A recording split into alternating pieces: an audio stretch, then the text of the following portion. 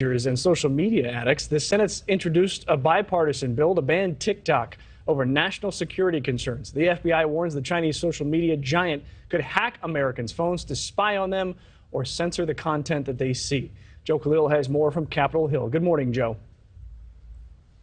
Yeah, Mitch, good morning. And look, we have not really seen the U.S. government go after a social media app like this in this way and call for an all-out ban, but that is exactly what Senator Marco Rubio and two members of the House are doing. And think about this, 90 million American users on TikTok right now. So this would have a big impact, and that's what these lawmakers are calling for, an all-out ban on it being used in the United States. They say it is a national security threat. Now, look, the lines are blurred in China between companies and between the government, and this is a Chinese firm that owns TikTok.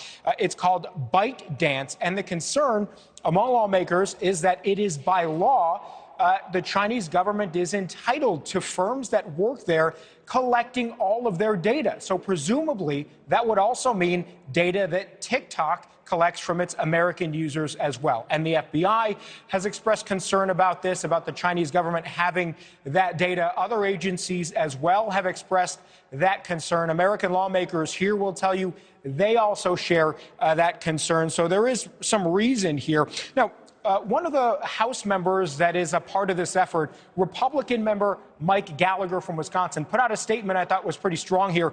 He says, quote, "TikTok is digital fentanyl that's addicting Americans, collecting troves of their data and censoring news.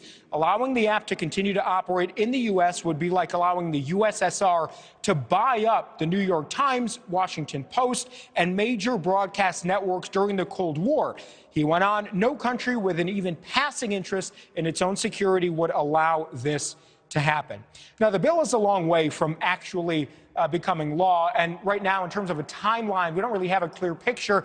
But it is hard to imagine that Congress would actually spend time on this for the end of this year, just because they got so much other stuff going on that they want to get done before January 1st. Mitch. Thank you, Joe. We're going to talk a lot more about this now with Kevin Brock. He's a former FBI Assistant Director of Intelligence. Mr. Brock, thank you for joining us. My pleasure.